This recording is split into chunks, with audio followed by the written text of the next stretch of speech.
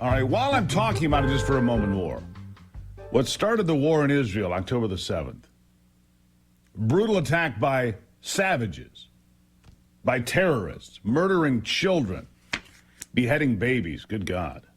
I mean, the atrocities are beyond the pale. And at the gathering in Washington, D.C., a mother with a son being held hostage in Gaza right now by the Hamas terrorists speaks out at the largest pro-Israeli march in history. I wanted to share this because I found this particularly striking. Listen. Our hearts are bruised and seeping with misery, but the real souls suffering are those of the hostages.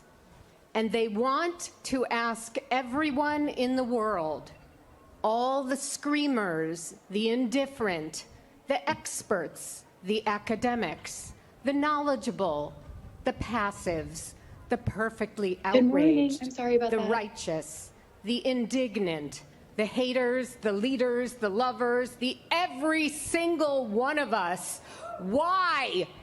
Why is the world accepting that 240 human beings from almost 30 countries have been stolen and buried alive?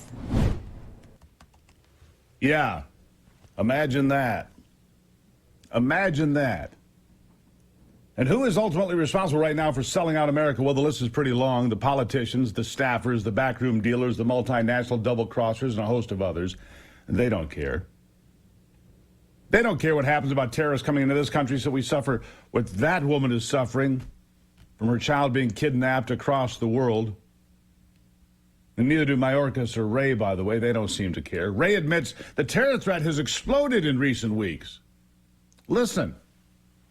And so my question to you, if Secretary Johnson said 1,000 immigrants a day when he was in the position that you sent, if that was a bad day, and that 4,000 a day was a crisis, what is a bad day for you, Secretary Mayorkas? Because we see now that the numbers have exploded.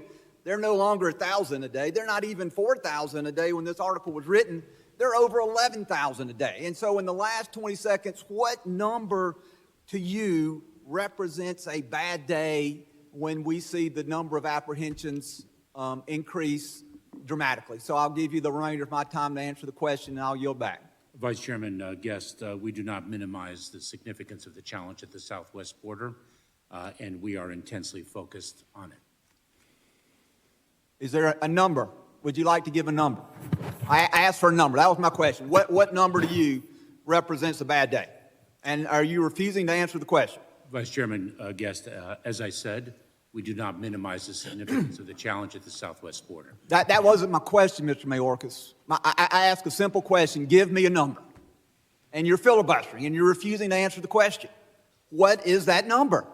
I have answered your question. No, you haven't, Mr. Mayorkas. You've not answered the question. No, he hasn't answered. What number represents a bad day? John Jay said 1,000 people a day was a bad day. You're at 11,000 a day. What's a bad day for you, Mayorkas? Of course, he has nothing to offer when confronted with words of his predecessors. Ever, right? Nothing at all. We'll go bite number 7 real quickly, too. Director Ray refuses to give an honest answer about terrorists coming to America, too. He gets caught, by the way. Listen to this. Those individuals, that watch list that we talk about, why do you think in 4 years before this there were only 11 and suddenly there are 294 in the past few years? Why do you think that's so? I can't really speak to that issue. It's not in my lane. I can tell you that the threats that come from the other side of the border are very much consuming all 56 of our field offices, not just in the border states. That's why I made the point. Sure, I agree. If I heard you correctly, what you just said is not every state in the country is a border state now. Is that what you just said? Well, I didn't. I mean, the threats to every that state. way, but the threats that come from the other side of the border are affecting every state. Absolutely, 100%. All right, so we're going to leave it there for a moment because I want to tell you something, and I want you to load up the last bite 17, if you would, please. The reason being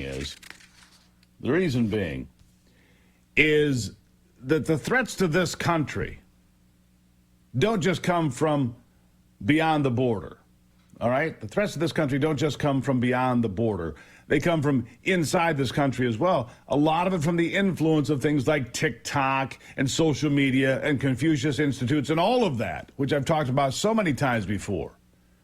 Well, last night in Washington, D.C., a place where they can't defend the statues that commemorate this nation. They can't defend the White House particularly well. They can't defend a lot of things, but apparently they can defend the Democratic National Committee's headquarters when attacked by pro-Palestinian demonstrators. Watch this.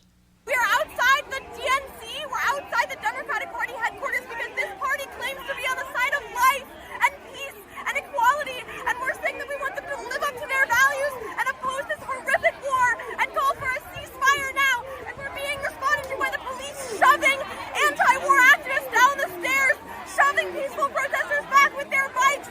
And because our party that 80% of us want a ceasefire, would rather beat up protesters. Hold on, to be continued. One second.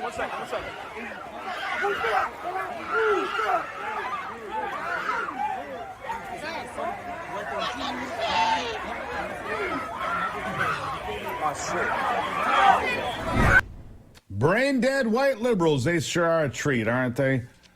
Brain dead white liberals. Screaming their brains out about things they know nothing about.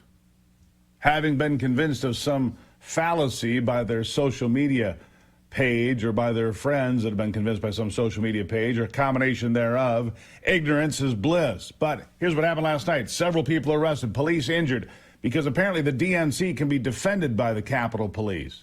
Other monuments? Apparently not so much. You can hang Palestinian flags from statues of George Washington and Benjamin Franklin and whoever else you can find. But the DNC, highly protected. Strange, right? I'll be back.